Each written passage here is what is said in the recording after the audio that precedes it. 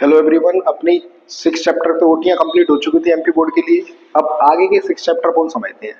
अब coordinate geometry बचा था, कौन से क्वेश्चन आए हुए हैं वो समझ लेते हैं और मैं इनको आपको यही सॉल्व कराता चलूंगा। जैसे कि पहला है distance between P and Q, क्या होगा। तो डिस्टेंस का फॉर्मूला तो यही है अपना। तो आप किसी को भी इसको क्या देते हैं, इसको x2/2, इसको x1/1, आप कुछ भी दे दीजिए, कोई फर्क नहीं पड़ता उससे। तो यहाँ लिख दूंगा -2 -3 का स्क्वायर -3 -2 का स्क्वायर, तो कितना आ जाएगा जी, -5 का स्क्वायर और -5 का स्क्वायर, 25 प्लस में 25 50। आंसर अपना 50 होता, लेकिन 50 तो ऑप्शन में नहीं है। अब आप 50 को अपन आप गौर करें तो अपन ऐसे ही लिख सकते हैं 49 प्लस 7 प्लस 1, 49 प्लस 1। अब 49 का स्क्वायर क्या होता है आप मुझे बताइए। 49 का स्क्वायर होता है 7, ठीक है। अब वन वन का स्क्वायर लगभग 1 का कम होगा सबसे, तो 9 तो ज्यादा है, कम कौन सा होगा, यही होगा, यही आपका आंसर है, आ सकता है पेपर में। चलिए अगला क्वेश्चन करते हैं। फिर से वही है, डिस्टेंस बिटवीन 0 to 5। तो अपन वही करेंगे, अपन तो फॉर्मूला आएंगे -5 -0 और 0 -5, 25 प्लस 25 50 फिर से आ गया, लेकिन 50 ऑप्शन में नहीं है तो 50 के फैक्टर कर लेंगे। 5 × 5 × 2, जिसका पेयर बनता है उसको अपन बाहर ले लेते हैं, अंदर जिसका पेयर नहीं बना वो अपना आंसर। तो 5√2 जी आपका आंसर है। ये अपने एमसीक्यू हो गए। अब the distance of the point from the x axis, x axis से डिस्टेंस हम ले रहे हैं। मैंने आपको बताया था, फिर बता देता हूँ। ऐसे ये कोऑर्डिनेट है, आप जानते हो कि पहला कोऑर्डिनेट x को शो करता है, दूसरा y को शो करता है। अगर आपसे पूछे कि डिस्टेंस बताइए इस पॉइंट की x एक्सिस से, तो जो जिसका कह रहा है उसको नहीं लेंगे, अपना आंसर होगा 4। यानी अपना जो आंसर होगा वो क्या होगा, कोऑर्डिनेट ऑफ y होगा। क्या होगा, coordinate of y, coordinate of y। x axis से पूछता तो, और y एक्सिस से पूछता तो कोऑर्डिनेट ऑफ क्या होता, x होता। जी आप समझिए। Perpendicular distance of the point, अब जहां बताइए बाई एक्सिस से कह रहा है, बाई एक्सिस से जी तो लेंगे नहीं अपन, कौन सा लेंगे, एक्स एक्सिस वाला लेंगे, 4 आपका आंसर है।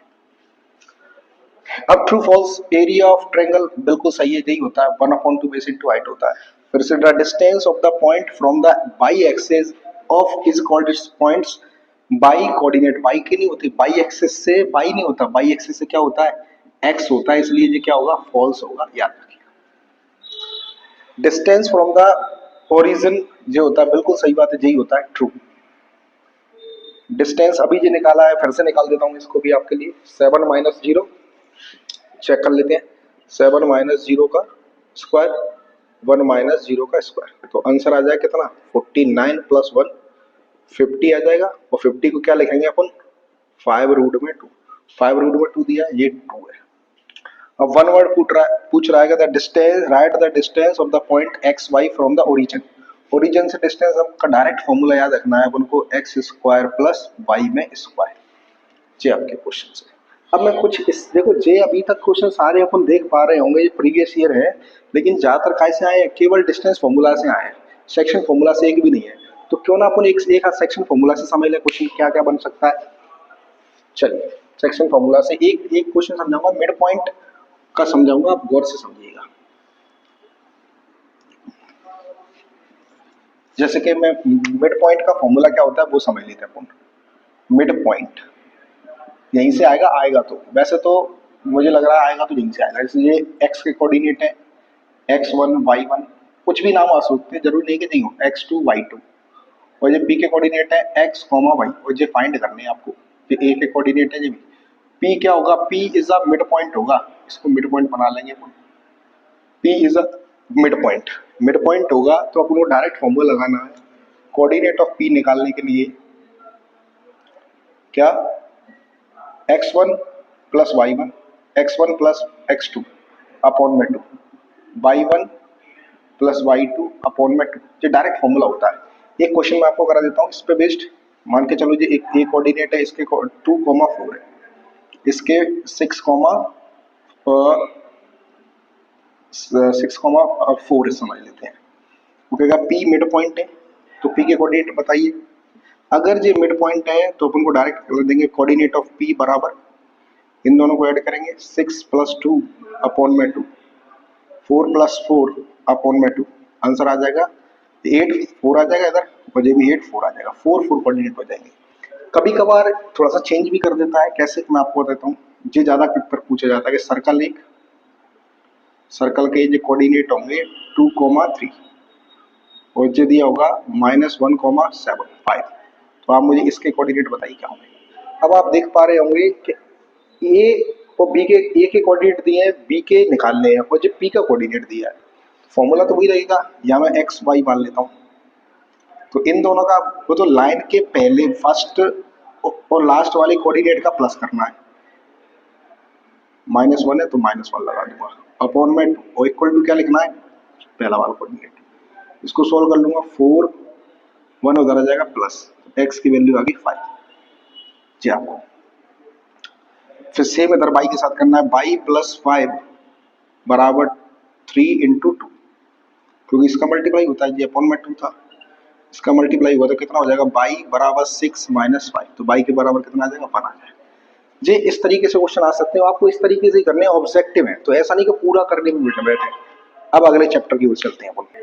चलिए अब अपन समझेंगे ट्रिग्नोमेट्री से कैसे क्वेश्चन आए हुए हैं, सारे ज्यादातर ओटियां आती हैं, मतलब मैच दी कॉलम आते हैं।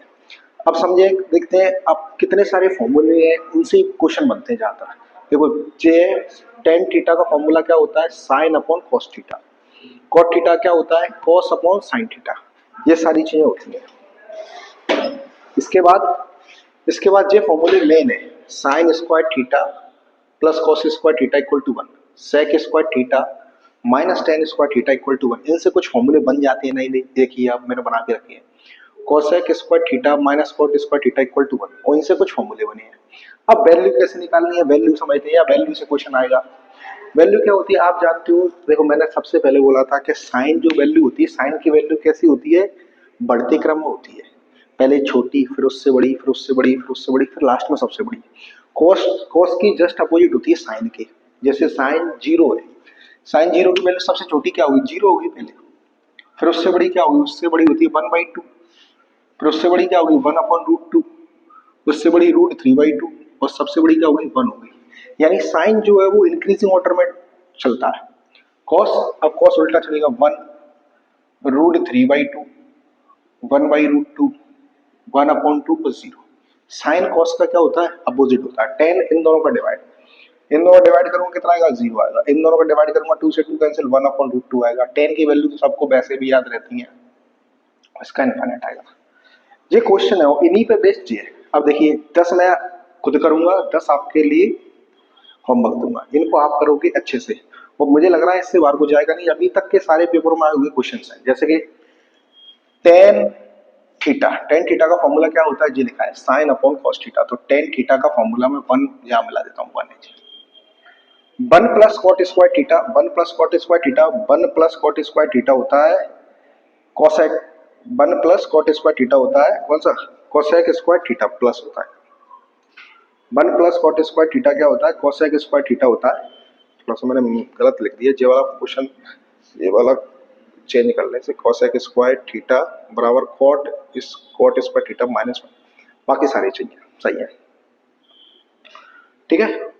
तो कॉट का 1 + कॉट स्क्वायर क्या हो जाएगा, कोसेक हो जाएगा। ये कहाँ है अपना, ये जेरा दूसरा। Sign square theta plus cos square theta 1 होता है, सबको पता है।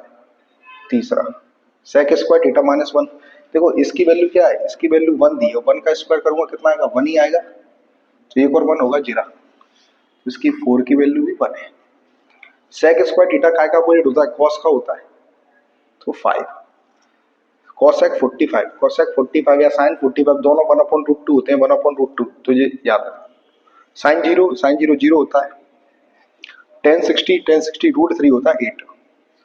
अब इधर cos 60 1/2 होता है, सही लिखा है उसके सामने ही। tan 60 √3 हो गया, 9 हो गया 9। और 1 + tan स्क्वायर थीटा क्या होता है, sec स्क्वायर थीटा होता है जी। 1 + tan स्क्वायर थीटा इतनी है, इनको आप करोगे अपने आप से, ये अपना ट्रिग्नोमेट्री का एक पार्ट कंप्लीट होता है, ठीक है। अब अगले चैप्टर की ओर चलते हैं। चलिए अब सर्कल समझते हैं। वहां एक एक वहां जो फॉर्मूले लिखे थे उसमें एक गलती शायद यहाँ प्लस लग गया था, उससे माइनस कर लीजिएगा, ठीक है। चलिए अब समझते हैं। How many maximum tangent can draw on a circle. एक सर्कल पर कितनी टेंजेंट खींची जाती है, मैं आपको बता रहा हूँ। एक सर्कल पर आप कितनी टेंजेंट खींच सकते हो, एक सर्कल पर आप मैक्सिमम टेंजेंट खींच सकते हो, कितनी भी, जितना आपका मन करे उतनी टेंजेंट खींची जा सकती है। तो आपका पहले का आंसर क्या है, मैनी। लेकिन आपसे ये पूछ सकता है कि एक सर्कल पर एक पॉइंट से कितनी टेंजेंट खींची जा सकती है। तो एक पॉइंट से कितनी टेंजेंट खींची जा सकती है, केवल और केवल दो खींची जाती है। फिर से समझिए, एक सर्कल पर कितनी टेंजेंट खींची जा सकती है, तो मैक्सिमम। एक सर्कल पर कितनी, एक पॉइंट से कितनी टेंजेंट खींची जा सकती है, उनका आंसर होगा 2। दोनों क्वेश्चन को अच्छे से याद रखिए। अब ये वाला क्वेश्चन है, फिगर दिया होगा जे 1110 है और जे निकालना है। तो इन दोनों का सम हमेशा कितना होता है, 180 होता है। तो जे अपना 70 क्यों होगा, क्योंकि रेडियस टेंजेंट 90, रेडियस टेंजेंट 90 और सबका सम कितना होता है, 360 होता है, इस वजह से 90। एक जे फिगर है, याद रखिएगा डायरेक्ट, अगर जे 40 है तो ये कितना होगा, 20 होगा। जो सर्कल के बाहर जो एंगल बनाया गया है उसका आधा होता है सर्कल के अंदर वाला। जी डायरेक्ट याद रखिएगा, डायरेक्ट पूछेगा आपसे, ठीक है। अब इधर एक सर्कल बनाया जाएगा जैसा जे 80 दिया होगा, पी ओ ए बी, कहेगा जे 80 है। आपसे पूछेगा पी ओ ए बताइए कितना होगा। आपको पता था, मैंने अभी बताया था, अगर ये लाइन ना होती तो ये 80 है तो ये कितना होता, 110 होता। अब लाइन खींच दी तो आधा हो जाएगा जी 50, तो अपना आंसर हो जाएगा 50। ये थे। अब फ्लक्स कौन से आए वो देख लेते हैं। A tangent to a circle intersect it at, आप समझिए, वो कह रहा है एक टेंजेंट सर्कल पर कहाँ मिलेगी, ओनली एक पॉइंट में मिलेगी। अब क्या ये दोबारा मिलेगी सर्कल पर, नहीं मिलेगी। तो एक टेंजेंट जो होती है वो सर्कल पर केवल एक पॉइंट पे मिलती है, ये लिखेंगे। The common point of a tangent to a circle and the circle is called point of contacting. मतलब दोनों के जहाँ सर्कल, इस पॉइंट को क्या बोलेंगे, मुझे पूछा गया है, तो पॉइंट ऑफ कॉन्टेक्टिंग बोलते हैं। जहाँ सर्कल और टेंजेंट दोनों मिलते हैं उसे क्या बोला जाता है। A line intersecting a circle in two distinct point is का सीकेंट, बिल्कुल सही है। कैसे मैं आपको इधर बताता हूँ। कोई भी लाइन हो, वो बाहर से जाते सर्कल को काट रही है, उसे अपन सीकेंट बोलते हैं। इस लाइन को अपन क्या बोलते हैं, सीकेंट बोलते हैं। अगर ये लाइन केवल टच होके जा रही है तो टेंजेंट है अपने लिए। अगर ये केवल अंदर होती, केवल इतनी इतनी, तो कॉर्ड होती है अपने लिए। तो ये वाली तीनों बातें आप अच्छे से याद रखें। सीकेंट कौन सी होती है, जो सर्कल से बाहर से जाती है। टेंजेंट जो टच करती है वो अंदर जो है वो कॉर्ड है। The tangent draw from external point to a circle are equal, बिल्कुल अभी बोला कि एक पॉइंट से दो टेंजेंट ड्रॉ की जा सकती है, दोनों की दोनों कैसी होती है, बराबर होती है, बिल्कुल सही बात है। A tangent is a secant, बिल्कुल गलत है। टेंजेंट सीकेंट नहीं होती, टेंजेंट सीकेंट तो अलग अलग होती है। How many parallel tangent can draw on a circle. Parallel tangent, देखो टेंजेंट नहीं पूछा, उसने पूछा पैरेलल टेंजेंट कितनी ड्रॉ होंगी। तो एक पैरेलल जे मैंने खींच दी, अब एक ऐसी खींचूंगा पैरेलल, कितनी ड्रॉ हो सकती है पैरेलल, दो ड्रॉ हो सकती है, याद रखिएगा। तो अपना आंसर कितना है, 2 है। सीकेंट की डेफिनेशन ये लिखी है आपके सामने, ये लिख देना आप। कॉन्टेक्टिंग ऑफ टू सर्कल ये लिखी है आपके सामने। दोनों के दोनों, वो इधर का उधर कर देता है, उधर का इधर कर देता है। आप ये सारी चीजें पढ़ लें अच्छे से, हो जाएगा क्वेश्चन सॉल्व। और एक और समझ लेगा, लेंथ से रिलेटेड आ जाए, ये ट्रिपलेट भी आ सकती है। वो ये देगा, जे दे देगा 5 है, जे 4 है, आपसे पूछेगा रेडियस कितनी है, रेडियस 3 होगी ना, पाइथागोरस थ्योरम से। ट्रिपलेट याद रखना, वही आपने पढ़ी है ना ट्रिग्नोमेट्री में बहुत सारी। ठीक है, अब अगले चैप्टर की ओर चलते हैं, अपन 11 चैप्टर। देखिए, सरफेस एरिया एंड वॉल्यूम में अपन को ज्यादातर क्वेश्चंस जो आने हैं ऑब्जेक्टिव एमपी बोर्ड में, वो इन फॉर्मूला से बाहर नहीं होंगे।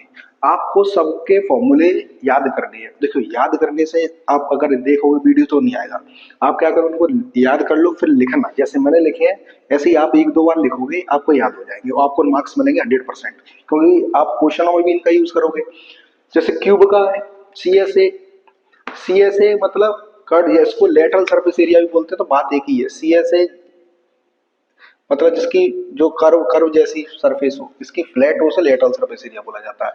तो इसका होता है 4a square 6a square volume total surface area 6a square volume a cube diagonal जे। आप इन सबको ऐसे ही अच्छे से देख लोगे, 2-3 बार लिख लोगे, आपको हो जाएंगे याद। अब बाकी मैं क्वेश्चन कौन कौन से आए वो लिखता हूँ और देख लीजिएगा, ज्यादातर इन्हीं में से होंगे। ठीक है, और जो आए हुए क्वेश्चन है वो लिखते हैं।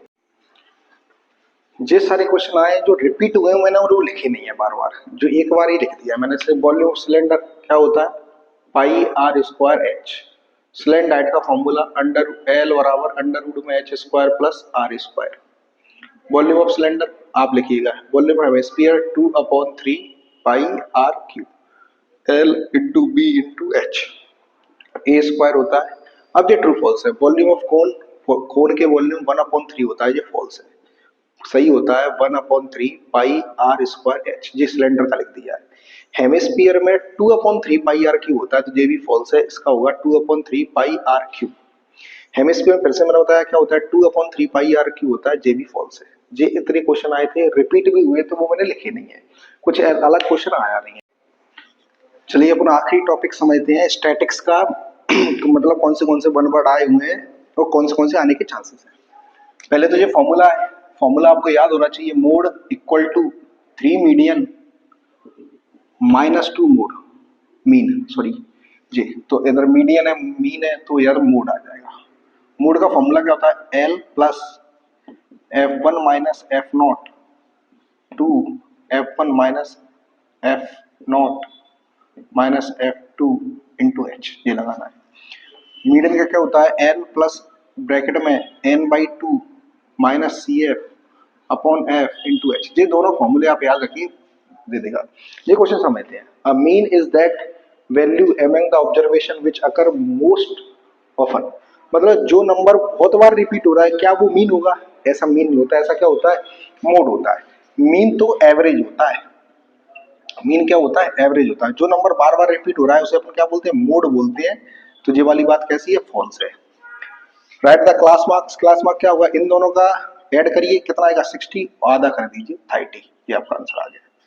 What is the class of maximum frequency is called, जो बार बार रिपीट होता है उसको क्या बोलते हैं, अपन मोड बोलते हैं। इसका एवरेज निकालना है, एवरेज क्या होता है, मीन मतलब एवरेज, एवरेज निकालना है तो सारे नंबर को ऐड करेंगे, सारे नंबर को जोड़ेंगे, ऐसा करेंगे, ऐसा भी कर सकते हो। लेकिन आप सिंपल बता देता हूँ, कितने नंबर है, 1 2 3 4 5, 5 है, तो 5 बीच वाला नंबर कौन सा आ रहा है, 3, यही मेरा जवाब है। ठीक है, ये अपने क्वेश्चन थे। प्रोबेबिलिटी की मैंने एक सेपरेट वीडियो बना दी है, आप उसको देख लीजिएगा, उससे आपके ऑब्जेक्टिव कवर हो जाएंगे। ठीक है, चलिए चलिए अब अपन समझते हैं एरिया रिलेटेड सर्कल से आए हुए क्वेश्चन। देखिए एरिया रिलेटेड सर्कल से और इन इन चैप्टरों से केवल वो क्वेश्चन आएंगे, वे क्वेश्चन आएंगे जिनमें फॉर्मूला बेस्ड आते हैं डायरेक्ट। अभी तक तो फॉर्मूला बेस्ड आए हैं, जब मैं समझते हैं। देखो सेक्टर क्या होता है, मेजर सेक्टर ऊपर वाला पोर्शन होता है, और जो अपना थीटा होता है, जो माइनर सेक्टर। सेगमेंट केवल लाइन होती है। अगर देखो मैं आपको यहाँ बना के बताता हूँ, अगर अपन सेक्टर में से, ये अपना सेक्टर है, अगर सेक्टर में से इस ट्रायंगल का एरिया माइनस कर देते हैं तो एरिया आप क्या बचता है, अपना सेगमेंट बचता है। पहला फॉर्मूला है, formula of area of circle, हर बच्चे को पता है, पाई आर स्क्वायर होता है। Formula of area of sector वो लिखा है थीटा अपॉन में 360 pi are square. Area of circle फिर से वही है, length of arc theta upon में 360 2 पाई आर। पाई की वैल्यू या तो 3.14 रख दो या 22/7 रख दो। Circumference of circle 2 pi R होता है। फॉर्मूला ऑफ सेगमेंट, हाँ अच्छे समझिए, formula of segment area of sector minus area of triangle. अब देखो ज्यादातर ट्रायंगल कौन कौन से हो सकते हैं, अगर थीटा की वैल्यू, यहाँ गौर से समझिएगा, अगर थीटा की वैल्यू कितनी है, अगर थीटा की वैल्यू 60 है, तो जो ट्रायंगल बनेगा वो हमेशा कैसा बनेगा, इक्विलेटरल बनेगा। इक्विलेटरल, ये वाली बात है रखना। अगर थीटा की वैल्यू कितनी है, अगर थीटा की वैल्यू अपन 90 रखते हैं, तो ये ट्रायंगल बनेगा, वो कौन सा बनेगा, राइट एंगल ट्रायंगल बनेगा। जब दोनों बातें पक्की याद रखना। और ज्यादातर मेरा ये मानना है, मैं ये नहीं कहता हमेशा ऐसा हुआ, मेरा ये मानना है कि हमेशा जब भी वो सेगमेंट का एरिया निकालना कहेगा तो आपसे 60 और 30 कहेगा। इक्विलेटरल का एरिया क्या होता है, जे भी लिख लेते हैं, √3/4 a स्क्वायर होता है, पूछ सकता आगे। राइट एंगल ट्रायंगल का 1/2 बेस इनटू हाइट होता है। ठीक है, अब क्या गया, अब एक और पूछा गया था डेफिनेशन ऑफ सेक्टर, सेक्टर की ये डेफिनेशन है, आप याद कर लीजिए। अब मैं अपनी तरफ से बताता हूँ कि कौन से क्वेश्चन और पूछ सकता है। वो कहेगा एक लेंथ ए बी है, ए बी 10 है, कहेगा जे जो ए बी है वो सेंटर के साथ 60 डिग्री का एंगल बनाती है, तो बताइए रेडियस क्या होगी।